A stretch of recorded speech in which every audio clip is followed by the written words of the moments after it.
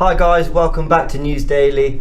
I'm here with Chris. How are you, Chris? All right, mate. Very good. Thank you very much. All right, yeah, not bad. Good. We are here to chat about, well, all sorts of stuff. As you can see in the title, Leno, could he be back for the Tottenham game? Now, you've got your doubts, and we're going to go into that a little bit later. We're going to chat about some other stuff. We're going to look back the last couple of days. Obviously, Tommy Asu's done his interview. We're going to talk about this Jack Wilshere stuff that's been emerging, this new youth revolution, obviously the Edu's interview and everything. We're just going to have a good catch-up over everything. And yeah, some other stuff around Saka, Granit Xhaka. There's a lot to go into, as it always is, because we support Arsenal Football Club, and they never have a quiet day. That's kind of the way it works with them. So anyway, let's get straight into it. Don't forget to send in your comments, any super chats, anything. Come chat with us, give us your thoughts on all this.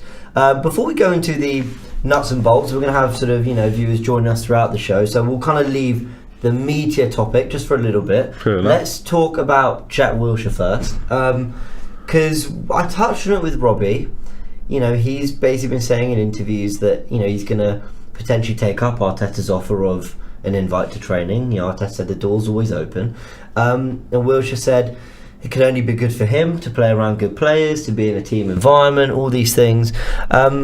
What's kind of your feeling about? Because listen, the nostalgia in me, I just want him back. But does that make sense? Go on, talk us through it. If you take the sentiment out of it, what can Arsenal get out of it? Question mark.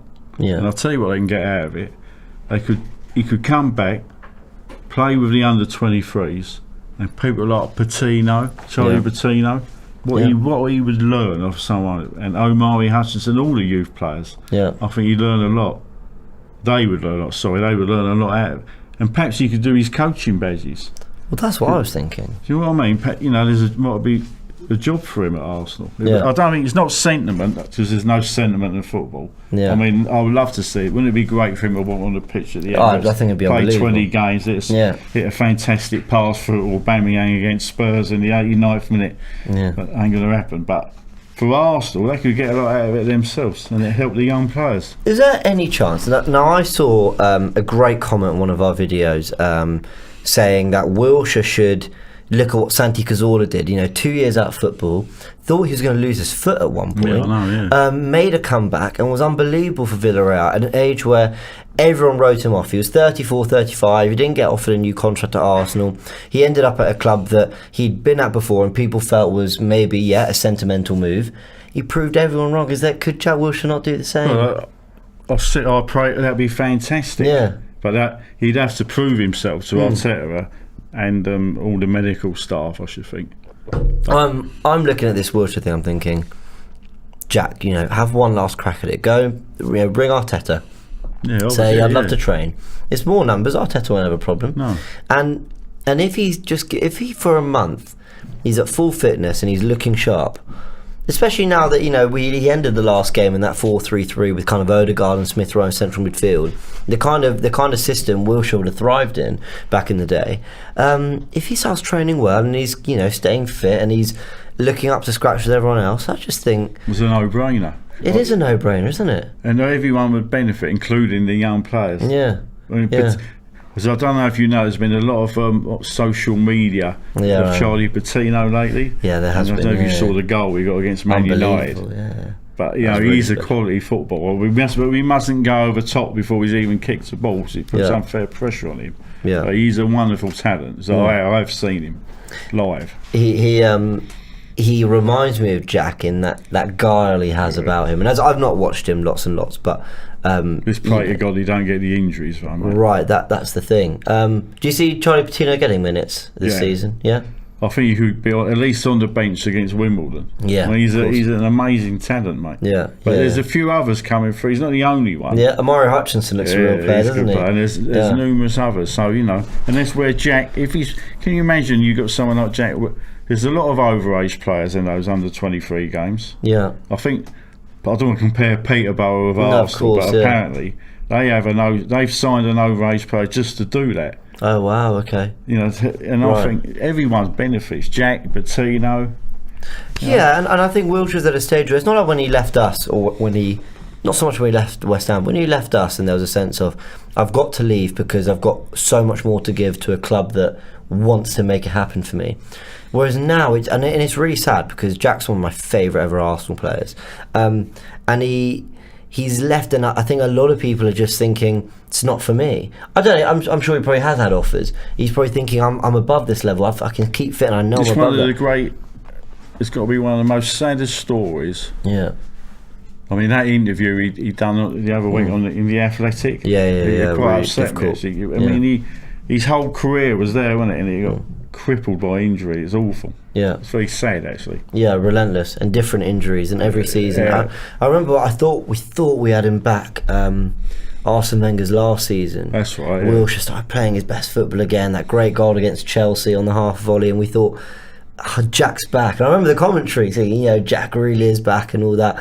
And again, it just didn't. Emery, he didn't want to sign the new deal, or Emery didn't offer him the new deal. We didn't really know what happened. And ultimately, it sort of. Who knows? It'd be also. I mean, let's face it, Arteta needs all the what's the word PR he can get. Yeah, actually, that's a good way of imagine? putting it. Yeah, People would be very happy, wouldn't they? I think so. So but it's not up to us, mate. It's up to it's not. Well, listen, Jack, get on that phone and yeah, get on that phone, get the training, phone, and prove mate. them. Yeah. Because listen, I still think the talent's there. Form was temporary, class is permanent. I said that yesterday. Speaking of Jack Wilshere, you talked about the influence he might have on the younger players. You were quite keen to talk about whether this is the first sort of youth revolution we've seen at Arsenal, and actually one of the criticisms from Edu's interview was, we've heard this all before, we're going to invest in the young English players, the young academy players and all that, but we've seen, yes, the Jenkinsons, the Ramseys, the Gibbs, that didn't work, but it's not the same as you're going to say, because we've seen this work before. If you in my lifetime I could go back to Bertie Mee, but we won't, because a lot of the people watch it. Yeah. But I think, ironically, if you're watching the Big Match Revisited at the moment, the same thing happened in the mid-70s when we had a lot of experienced players. Yeah.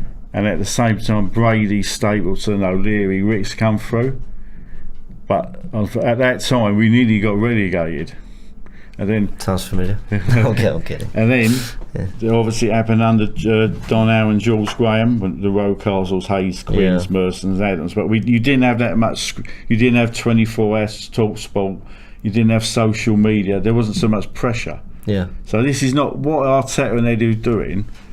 I think they should be patted on the back. Really? I think it's a very brave thing to do, and also I think it's something he needed to be done. I think Arsenal have to go. We have to go back to ground zero. That's where we are. Yeah. But if we can just come through this, we'll be so strong, And we've got more youngsters coming through, like Patino in the background. Mm-hmm. And if it's successful, can you imagine saying next summer we won't need to go and buy loads of players, but we can just buy 2 quality players. Yeah. We won't have to go mad, because we've got the youngsters coming through, we've got the team, and that's what's happened in the past. But you must get results, and that's it, and that's the design, that's the theory. Let's invest in all these players that they're worth 20-30 million now, but they're going to be 50-60 million in a couple of years time. Some of them will develop into world-class footballers. We're going to keep adding more players from the academy, then 2 or 3 great signings and done. We're a great side. I think that's the plan. That's the idea. But can you understand why fans are a little bit impatient? Yeah, with because that? Most fans have been using the Wengerism of that caviar. Now they're eating sausages, and they're not enjoying it. Yeah, but no one enjoys it. No one enjoys Arsenal being bottom of the league, and every time you put the radio on, there's someone taking the mick out of them. You know what I mean? But I can understand that, but I can also, if people can be, it's a very hard thing to be patient in football. No, it is. And I don't want to be, I have people, you hypocrite, they'd be saying, because I'm not the most patient person in the world. Yeah. But I can see what they're trying to do. Yeah. But the be all and end all is that you've got to get results. So what constitutes a successful season? Because I'm going to be on a level with all you guys. I've been a bit worried about saying this, but I've decided I've got to start saying what I really think. And I went into the season before a signing was made and everything. I said, we've got the 3rd richest owner, we've got one of the biggest fan bases, one of the biggest stadiums. I demand Arsenal get into the top 4. And then I stopped and I thought, you're an idiot, James. I'll tell you why. Because Arsenal can improve and become a very good side and still not get top four. And the reason being, Man United have Ronaldo and world-class footballers. Chelsea have Lukaku and world-class footballers. And both, by the way, both clubs have spent... a world-class coach. Yeah, and a world-class coach. Liverpool are Liverpool with Klopp, and they're going through their best period in 30 years. And then you've got Man City, and there's nothing needs to be said about Man City and Pep. So you're looking at three clubs that have spent millions and millions and millions, have top coaches as well. Obviously I include Klopp with that with Liverpool, and they're all going to be going for the title. I know United lost last night, but they'll all be challenging for the title. And whether Arteta's a great manager or a terrible manager, maybe unless it's a Conte who's very special, I don't know who's actually getting this group to challenge with that big four. The thing is say hypothetically Arteta did get the sack. Yeah. I don't think Conte's the man who sort of take this youth revolution. Right. I don't think he'd be the man. No, I don't think he'd. I think he'd get the best out of some of those players, but I don't think his focus would be. So perhaps the only other man who could take it could be the Ajax manager, because that's what Ajax do. Oh, Ten Hag, yeah. You know what I mean? He'd be. Yeah. I think he'd come on board, but let's hope Arteta. I don't want to see Arteta get the sack, actually. Okay. Because it means if he gets the sack, that means in 3 or 4 weeks' time we're at the bottom of the league and the whole thing's just blown up in our faces. Right, the kind of project's ended before it started. Possibly. But I mean, I guess some will feel that we're 2 years in and we're talking as if we're at the start of a project, but we're not. We're 2 years into one, this is a fresh project. Oh, okay. Arsenal love a project. That project you're talking about, that's dead, that's gone. Right. But this is a new project. I think they've obviously sat down, and I think finances come into this as well. Yeah. Because, I mean, Arsenal spent a lot of money this summer. Yeah, but Arsenal have lost a lot of money, like most clubs during the pandemic. Yeah. And I think they've looked at the wages they're paying and say, well, we can't go on like this. Yeah. Yeah, I'd agree with that. I definitely think Edu and Arteta's plan for this summer in terms of their window wasn't to build on what they've done before. It was actually to tear it up and start again. I don't think they looked at last summer and went, brilliant, we're going to build on that with these. No, I think they looked at what happened last season, perhaps the culture of the club, and maybe they learned a lot from the last 12 months and said, that's it, we've got to take a complete fresh route. And so while people don't want to hear it, to them it probably is a new project. Don't kill me. But they're never going to say that because they know the fans aren't going to get on board with that. They've got to sell it as the continuation of the work they were doing. Now, by the way, I'm not condoning that. I'm not sitting here saying that's right of them, but I think they're quietly trying to hint to us that that's really what's going on. But the thing is, we're still, even the amount of money we've spent, the team's still not complete. No, we desperately need a striker. Yeah. We desperately need a striker. Do you think? Yeah. You don't think Aubameyang can rediscover his awful? Well, he's working hard. I'll give him that. Yeah, he is working hard, and he's looking a lot sharper. I thought the last game looked a lot sharper. But I don't want to bring up Tammy Abraham, but I will. He's doing really well in Rome, isn't he? Yeah. We need a striker like that. Who we can hit. He can hold the ball up, bring people into play. Yeah. And we need another midfield player. Yeah, definitely. I think so. Someone alongside Partey. Basuma. That kind of guy. Yeah. All right. Well, look, let's take the super chat from Oliver. Says there's big news from the case involving the LA Rams, the NFL Stan Kroenke. Check out the story from Mike Florio at Pro Football Talk. He tweeted 16 hours ago. Yeah, I briefly saw this. I will kind of do my research on it, but I think the idea is that basically they're going to be taken to court. This whole situation with moving the LA Rams is costing Stan Kroenke big. So let's see what comes of that, because obviously it could have implications on his ownership of Arsenal, and it's a lot of money that they supposedly want to sue him for that move. So he'd have to sell possibly. Well, possibly, and I'm of the belief that there are very quietly suitors around the world who would pay the money for Arsenal. Of course they would. Yeah. It's a massive club and a massive opportunity. All right, let's go into this this Burn Leno stuff, and it probably comes as a shock to a lot of people in the comment section or anyone watching this, because we spoke on Tactical Insight, me and Graham, about how was Aaron Ramsdale starting against Norwich the signal from Arteta that he's going to do it his way, he's going to play his signings from the off, and Tommy Yasu's going to come in and all that, and try and start giving us what it is he wants us to see on a regular basis. But this story from Christian Falk journalist says, according to my information, he tweeted this, so go check it out. His at is at CF Bayern, so go have a little look at that. He says, Mikel Arteta promised Bernd Leno that he would just have a break for 2 matches, so against Spurs, Leno should be back on the pitch. We will see if Arteta keeps his word.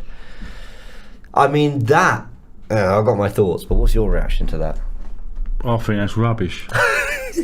There's no way that Arteta or any manager would say that to anyone. I agree. Because and then the only German correspondent, if it was Ralph Hollekstein, I would take it seriously. Okay, fair enough. Because when it comes to German football, he's the man. But of course, there's no way. Anything you know about Arteta, and I'll tell you what, if Arteta has, I'll be very disappointed in him. Yeah, I would be too. And I'll tell you what, the rest of the squad wouldn't be very happy with that. Because you're saying it does that. Well, I'll have Ramsdale in for 2 games. If say he plays an absolute blinder at Burnley, saves a penalty, don't matter, you're out. Yeah, Leno's had his rest now. I'm sorry, no. Listen, it doesn't sound right to me. I mean, unless I hope the information is wrong. But it's a reliable journo who's bringing this out to us. He knows more than you and I Well, no, of course. But I think what's interesting is, would Arteta have maybe said that as the initial kind of soften the blow? We're going to rest you out. We're going to mix it up. But I think he said, I can't remember if it was him or Ramsdale. One of them said that they've got to keep proving it in training, and whoever is on form and looking good for it and performing, they'll get the nod. And well, that's any football, any football club. Well, that's the thing. So why should it be different for goalkeepers? I'll really take that with a large pinch of German Budweiser, to whatever it's called, the sausage they eat. I'm not too sure about that. Fair enough. Listen, I would be disappointed. Yeah, and I would. It would bring up all the old questions about Arteta's man management. Now, I've tried not to get sucked into that discussion because I think it's so hard for us to know what's going on behind the scenes. We're talking about people in incredibly pressurised situations, and I think sometimes you have to have a certain temperament to get to the top. So I don't like to speculate about what's going on between manager, boardroom and players. But I would, if I see Ramsdale play the next 2 games and then Leno comes in against Spurs and this new story ends up being true, I've got to question what Arteta's doing. What's the message to the goalkeepers? It's wrong. They say Leno comes in as a nightmare, and that's in the public domain. Right. Yeah. Arteta doesn't need any more pressure. No, he doesn't. I agree with that. I just don't. And the fans are starting to take to Ramsdale. He had a good performance against Norwich. Yeah, we mustn't go. Let's not go overboard. Yeah. Let's see if he's number 1 up till Christmas. Perhaps come January, perhaps Arsenal will sell Leno. Just cash in and promote Hine. Yeah, you've been talking him up a lot. He's a very good keeper. I watched him for Estonia against Wales. His contracts, he's refusing to sign a contract at the moment. Hine is? Yeah. Oh, okay, interesting. He's got a lot of suitors. Has he? Yeah, well, no, I heard he was fantastic against Wales, but it's an interesting situation because Okonkwo obviously got promoted to the first team, got the new deal. Obviously, Hine hasn't signed his, as you just said. Have you seen him much in the reserves? How's he been doing? I've watched him in the reserves. Yeah, he's a very good goalkeeper. But the thing is, with keepers, they sort of one week they can look rubbish, and the next week they can look world beaters. And also keepers take a long time to reach their peak. Yeah, they do. Yeah. But look at Emi Martinez. Yeah, really took his time. Let's not go there. No, let's not go there. But top goalkeeper. Got a super chat from Simon, says you can tell Ramsdale loves the club, whereas Leno is a professional but emotionally unattached. If Leno has a stinker versus Spurs, there will be a credible reason to not start him for the foreseeable future. I think one thing I want to be cautious about with Leno is it feels like we all loved Leno and he could do no wrong, and then Martinez came in and did really well, and Leno, probably playing at the same level he was before, is suddenly far more criticised and scrutinised, which I understand because at Arsenal we have the highest of standards, but there are certain things that have been out there that I don't know are true. For example, that he doesn't want to sign a new contract, that he wants to leave, he's not that happy, he doesn't love the club. I've never seen anything from Leno on the pitch that suggests to me he's not committed to to I'm not. I'm not saying Leno's a bad keeper. No, of course, yeah. But perhaps Ramsdale coming in could benefit. Perhaps, but he's had a bit of an easy ride. What sort of challenge has he had? Yeah, none really. No, yeah, I think that's true. So and the minute there was one, we ultimately sold the challenge. There you go. That's the thing. And Leno hasn't let Arsenal down that much. No. But perhaps he wants to return to Germany. You don't know, do you? No, and listen, and that would be fair enough if he sort of says, listen, I give him my all, but it's not really worked through the party or whatever. But I just try not to speculate what's going on. Because we don't have any official word that he's not signing a contract or he's and he always sort of gives his all. Let's say it's next super chat. Touch of Awesome says, I think he's bedding Ramsdale into the team, giving Leno the harder games, then sell Leno at the end of the season, or I don't know if his contract would be over. That's interesting. So play Ramsdale in the games that we should supposedly win. Well, I don't think Arsenal are in a position to say any games. I would agree with that as well. We're Arsenal are not in that position to say that. Every game we play You've got to is play your hard. best team. Yeah, sorry. Yeah, and also when I'll put my hands up. I wanted Ramsdale to start against Norwich, and I was really happy when he did. And then my ultimate review of him was that it looked fresh, and I enjoyed it. That's not a criticism of Leno, and I want to be kind of very careful about that because. If my manager's going to spend £24 million on a goalkeeper, I want to believe that he spent the money for a reason, and therefore see him playing, and therefore be a part of the long term fit. That's why we spent the money. So it's nothing on Leno. It's more for me to it's more to fuel my belief in what they're doing. Well, he'll get a severe test if he plays at Burnley on Saturday. It would be because he'll be getting bombarded. Yeah. With high balls, Chris Wood will be going in with his elbows. Yeah. So we'll see what he's made of. He's a big guy though, Ramsdale. Yeah. Actually, we're going to see what the old team's made of Saturday. Yeah, we definitely are. Yeah. What I don't want to see is what I think it was Pontus Jansson did on Bernd Leno at Brentford. The old grappling of the arm on the throw-in, and then Leno's kind of barely protesting, shove him off, something. At least draw the referee's attention to it. He didn't, did he? And he didn't. He just kind of accepted that. I think the whole Brentford game was just one big nightmare. Yeah, it was one of those. Everything that could have gone wrong did go wrong. Perhaps it shouldn't have been played, but that's another story. Well, yeah, and listen. Maybe a good argument from some for that. Guys, keep getting super chats in. It's great to be discussing all this. What do you think about this Leno Ramsdale thing? Speaking of Ramsey, I think they've already given Ramsey's old chant. So fair play to the Emirates crowd. They're making him feel welcome. Yeah, good. Let's talk about Bukayo Saka. Now, Fabrizio Romano, I've seen a quote going around on social media. Romano saying that... well, here we go. Some clubs are starting to approach Bukayo Saka, he said. Arsenal consider him untouchable. They're planning to build on the players like Saka for the next few years. He didn't say next few years, he said next years, and I assume he means for the future. I tell you what, the last thing we need is our superstars being poached. But is there a fear that with a project, as we talked earlier on, as we've said, they've torn it up and they're starting again with this kind of new vision for the club? How long for Bukayo Saka, Emil Smith Rowe? Well, that is a worry. Start thinking, we've got Saliba who's not had any minutes. Yeah. When do these players start thinking, you know what, this is great, but it's a short career for me? Going back a bit more history, I suppose that's happened to Arsenal before as well. Because they lost Stapleton and they lost Brady. Yeah. So, and Arsenal, that set back Arsenal years. That when they lost them, they were irreplaceable.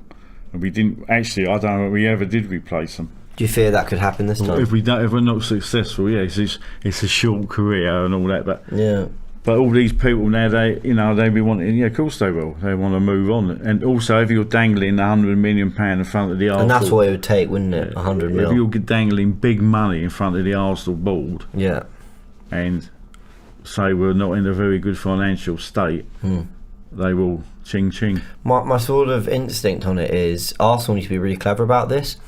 So let's look at when Raheem Sterling left Liverpool, Coutinho left Liverpool, who else?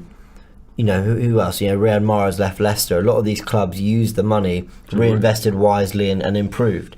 And I believe that Bukayo Saka and Emil Smith Rowe are monumentally committed to Arsenal and giving their all. And I've got absolutely no doubt about that whatsoever. But if in a couple of years' time it's not quite happened for them, the best thing Arsenal can do is start saying, okay, this player, 2 years left on their deal, they're worth a lot of money. You know what, Amari Hutchinson's looking really good.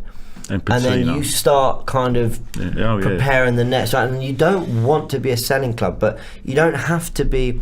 Being a selling club doesn't mean you're not a successful club. You look at Dortmund, okay, Bayern Munich, obviously always tear up. Ajax. And Ajax. And these are clubs that have got to Champions League quarterfinals and semi-finals over the last decade and done very well domestically as well. So, I really, really pray Bukayo Saka plays his career at this level and higher, for the rest of his time at Arsenal. But it's not a surprise that clubs are starting to knock on that door. Possibly, Saka could be the most important man in the club at the moment. Yeah, he's doing a good job so far, don't you think? Job, yeah. I wonder. This is a bit of a curveball. Yeah. If he made a good manager. Pierre-Emerick Saka. Yeah. Well, he was lauded as a captain, wasn't he? Maybe not on the pitch. For me, he's slightly underwhelmed, but I think off the pitch he was considered fantastic. He's got that stature about him. Yeah.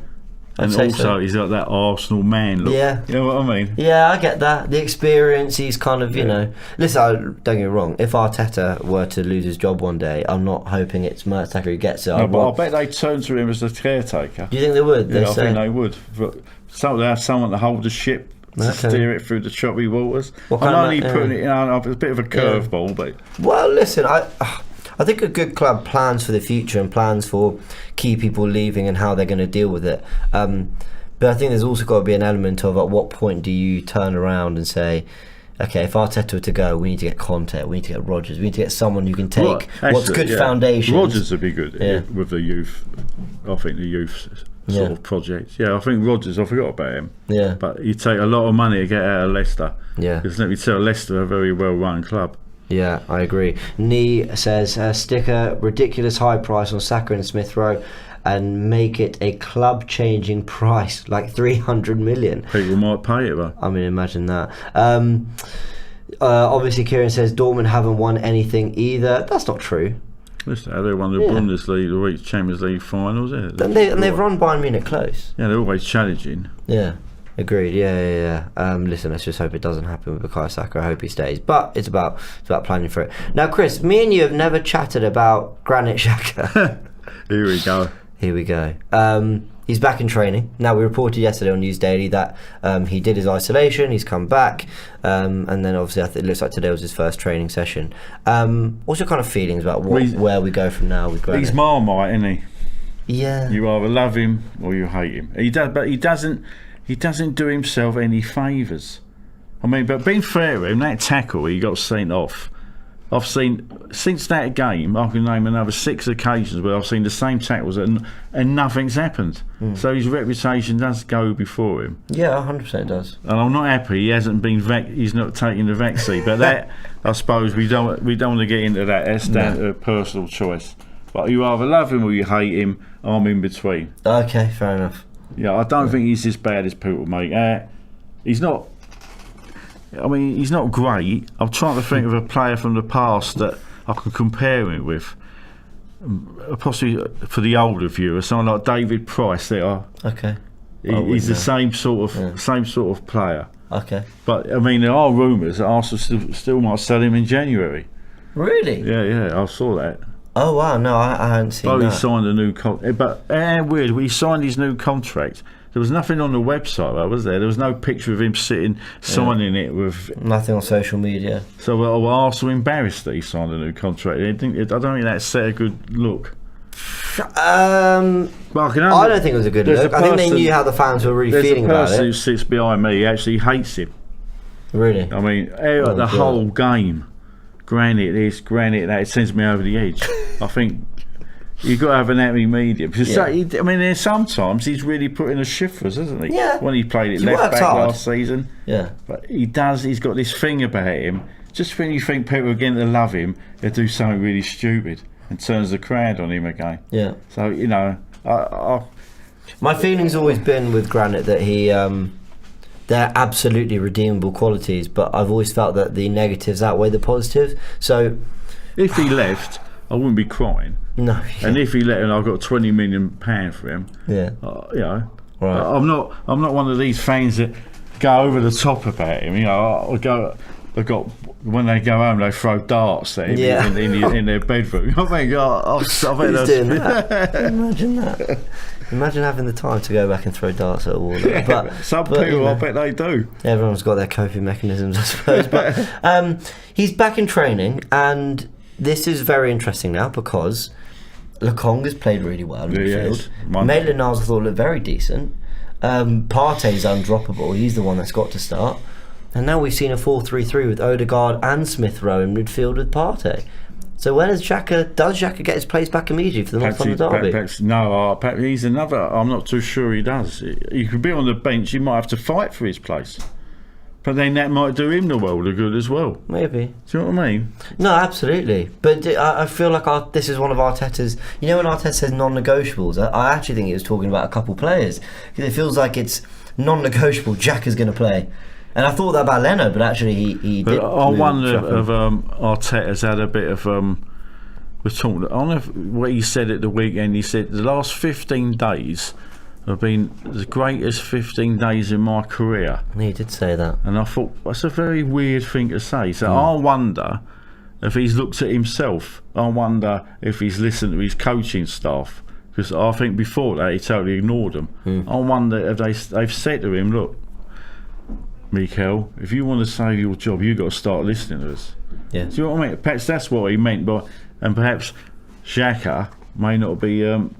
in the team as quick as what people think he'll be. I don't know. There's definitely something that over the international break, you saw Tomiyasu come in.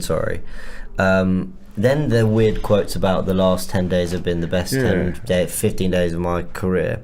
Then you've got Tomiyasu, Ramsdale, White and Gabriel put straight back into the 11, Lekong and Maitland-Niles in midfield, and you're thinking... This looks different. This looks quite fresh, doesn't it? Remember, Maitland-Niles was out the door. Right, and they had to clear the air talks, and suddenly he's starting. And I watched very closely. I was at the game when Maitland-Niles came off. Arteta was on his seat and actually got up to give him a high, Perhaps Arteta's had a look at himself.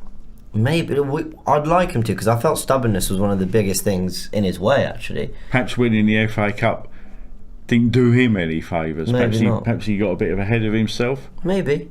I think you've got to be stern and somewhat slightly arrogant as a manager, because you've got to be committed to what you believe. Yeah. But maybe you're right. Maybe. Listen, look at us getting hopeful again. The comment section always get at me because they say you're deluded, you're just hopeful, James. But I do think maybe something might have happened. Everything about Arsenal can't be negative. You've got to try and look a little bit positive. Yeah, I completely agree. But then in 3 weeks' time, after we lost to Tottenham, I'll be losing the plot, so you've got to be careful. Exactly. But look, we are here on the back of a win against Norwich, in which the 11 looked very different.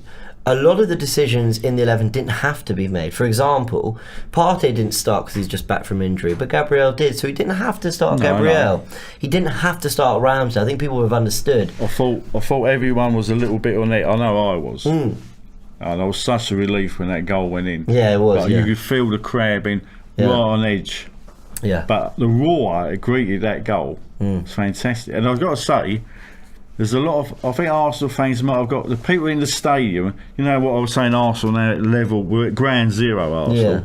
But so perhaps the fans might have got a bit of hunger back. Perhaps instead of sitting there every year coming fourth, Wenger ball... We're just sitting there going through the... No one's... You know what I mean?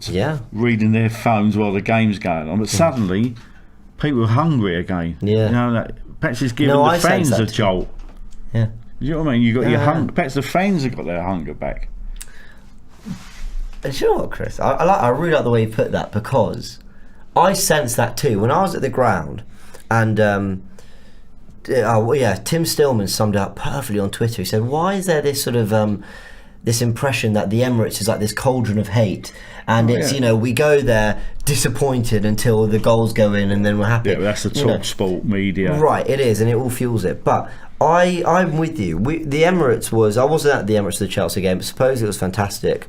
And then again in this game, after 3 defeats and no goals scored, I felt the crowd were almost saying, "We're with you. Come on, come on, let's win this." And they kind of... It felt but even with the goal, the way it went in. But the thing is, if you keep knocking and having a go at the football club that you love, you're going to be, it's all right me having a go at Arsenal or you or Ty or anyone else, but when you constantly get told sport, and then so that gets your back up, so you think, you know what, I'm going to get behind this team. And then the fact that Edu and Arteta explained what they're doing, I know people who switched like that in the week. They go, he's got to go. But as soon as they read and heard what he had to say, it changed people's opinions. But some people don't like that because they think you're falling for the PR. No, it's not PR. Honestly, it's not always PR. Do you know what I mean? But Arsenal, in their history, let me tell you, have been criticised. When Arsenal have been stuck really struggling years ago, you wouldn't get nothing out of them. It was like the KGB. Seriously, you got nothing out of that club. There was no drip that you sometimes get in the papers. No info, nothing. But for once, they've come out and said, "Look, this is what we're doing. Get behind us." And perhaps reasonable fans have.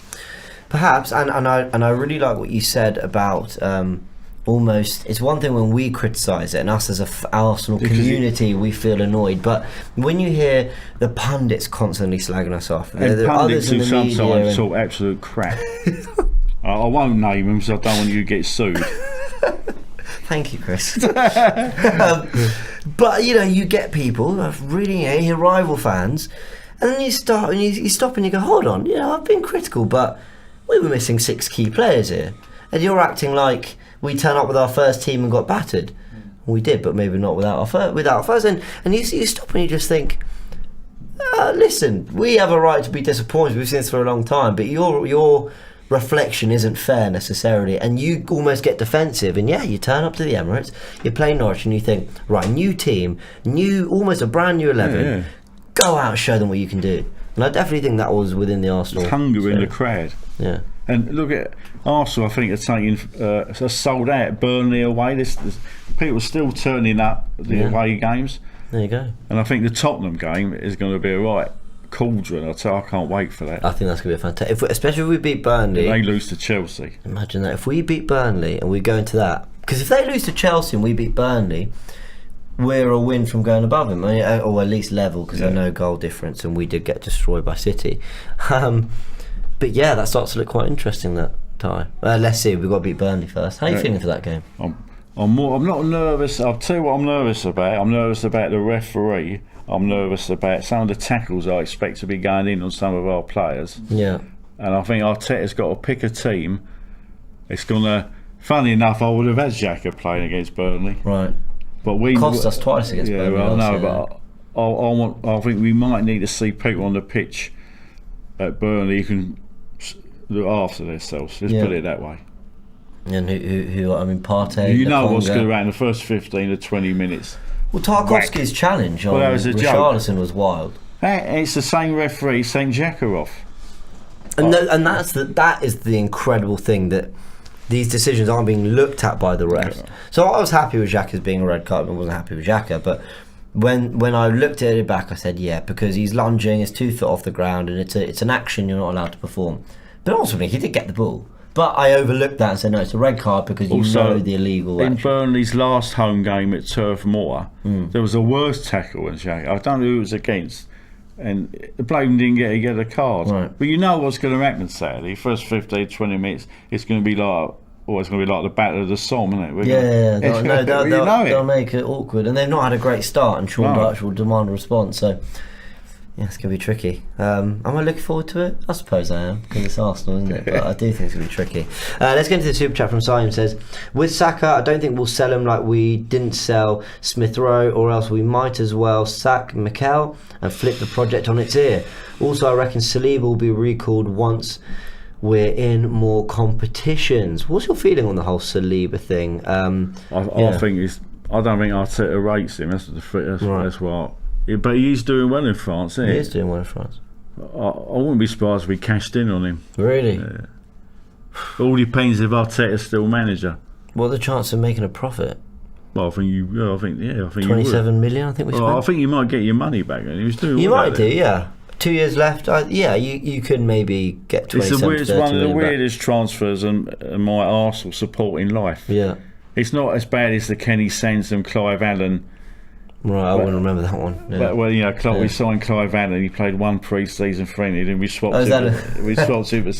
But it is a very weird transfer. Yeah. He's played one game against Milton Keynes. Yeah, friendly. And he's been shipped out. Yeah. It doesn't. None of it adds up to me. Just leave it like that. Shipped out without a pre-season to at least try and prove himself. It's very weird. But then I always say you can flip that, and you say, well, if he comes back on the back of some great experience out in France and lots of first-team football. He comes back a wonderfully developed 21-year-old centre-back, but I think we're going to have to wait and see on that one. Yeah, exactly. Touch of Awesome, which I always read. Thank you for your super chats, Touch of Awesome. I always read them out. I really love that name, Touch of Awesome. Sounds like a horse. Yeah. In a Grand National. Oh, right, that's a good one.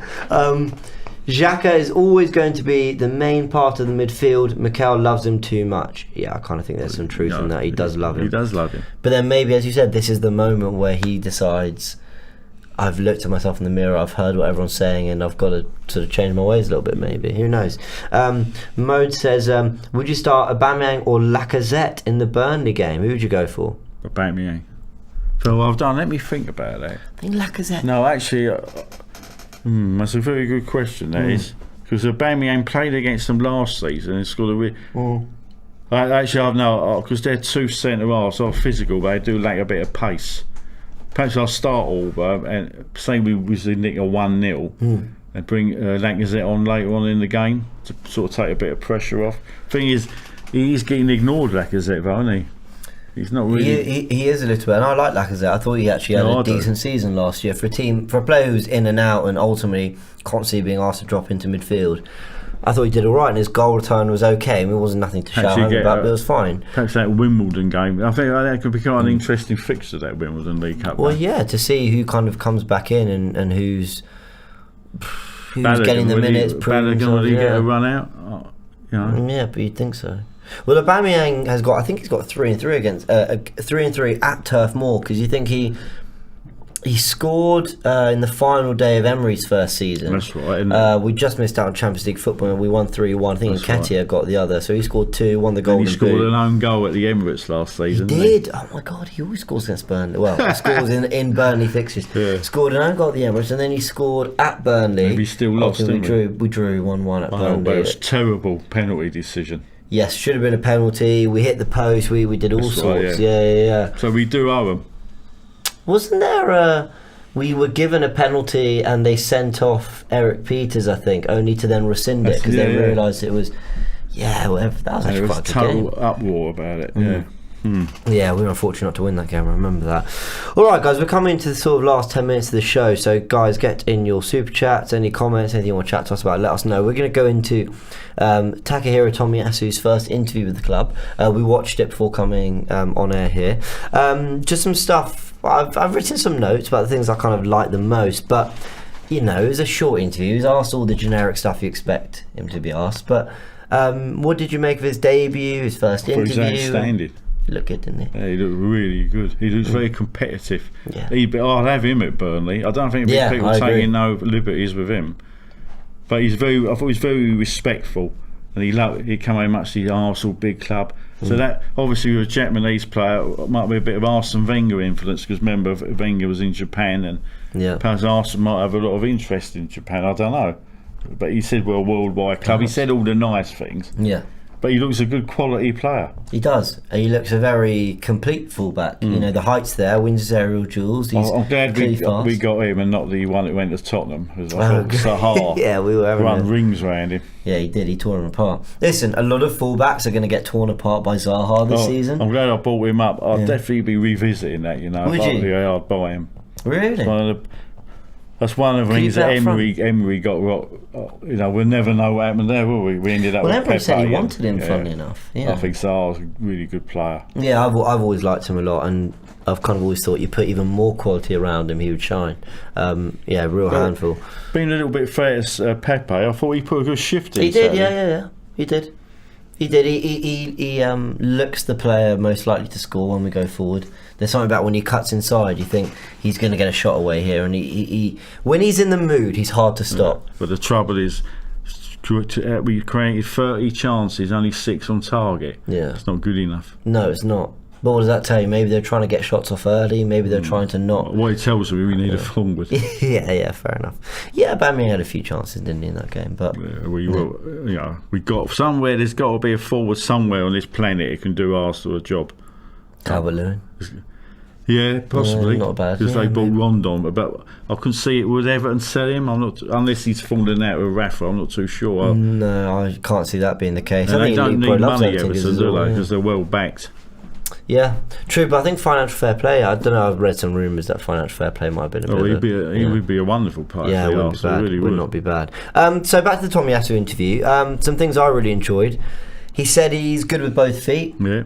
And I saw evidence of that on the weekend. I remember he got down the right and sort of faked the cross and cut it onto his left. I thought, that's nice. The cross in the end wasn't great, but I enjoyed the invention, and on your debut to have the confidence to drop a bit of skill in there and, try to show a bit of what you can do. Could play anywhere across the defence. That's going to be handy. He said that. He's going to be. Right. I think it'll be a good signing. Yeah, I think so too. 17 million. Anyway. We'll see what he's like at Turf Moor. Yeah, we will. Graham says he looks like he could be, pound for pound, if you're talking money spent, the best signing of the summer. Anything Graham says, I usually take notice of. Yeah, fair enough. Yeah, big up Graham. I actually think it could be Lokonga.